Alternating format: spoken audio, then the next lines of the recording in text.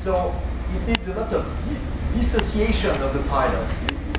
In that sense, it's quite strange.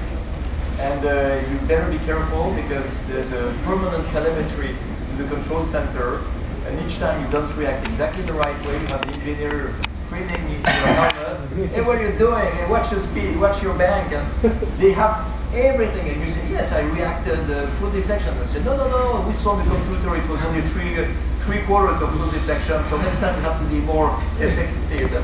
So you can hide nothing, you can hide no mistake. It's sometimes, when I was starting in the beginning with fly the airplane, I tell you it was not so fun. You get to monitor the engineer's heart rate as well when you say, hey, watch this. That's a very good idea, they will suggest that. Cockpit instrument down to the MCC. But talking about the beginning, we started with the flight simulator.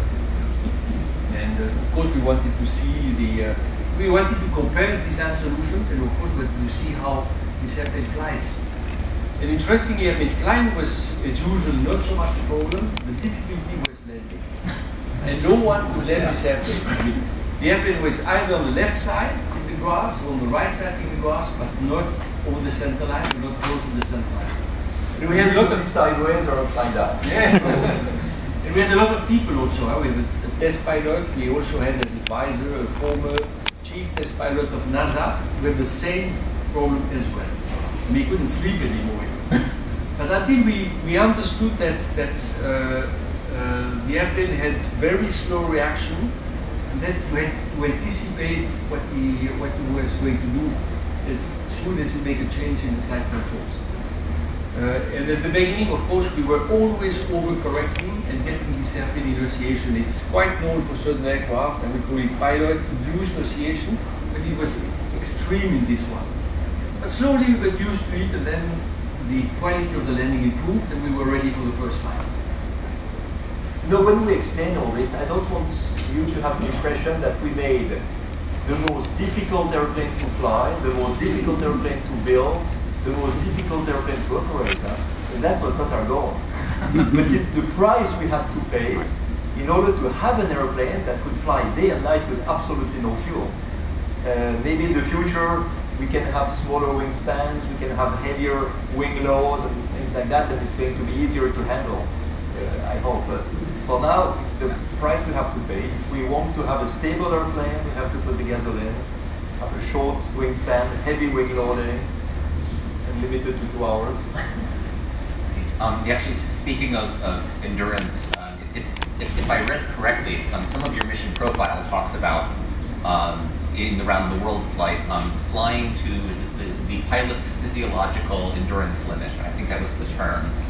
So, it's not entirely stable, requires constant attention, no autopilot. How, where are the limits there? Is it staying awake? Is it bathroom breaks? Is it? Well, if you're passionate enough, and if like us, you wait since 10 years to be able to sit in the cockpit to spend a complete cycle day or night, or maybe 3-4 days in a row for the Pacific crossing, then you cope with it because you're so excited to be finally in the situation you're looking for in such a long time.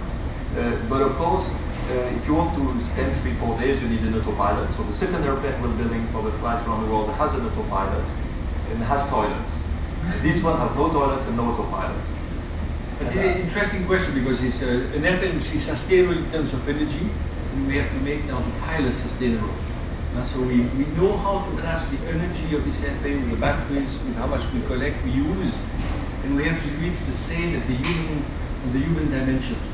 And that's true in life as well. I mean, I'm sure you guys who are involved in a long-term project, difficult project, you can get exhausted, so you have to know how much effort you can put, how you rest, how you keep all your functions working well, and that's extremely acute when you do it 5 days, 5 nights in an airplane alone. So it's an extraordinary learning on a human point of view. And André spent already 72 hours in the flight simulator last year. In order to train all this, the sleep cycles, he was monitored completely with electroencephalogram, and he had electrodes everywhere. I should do it soon, in December. you.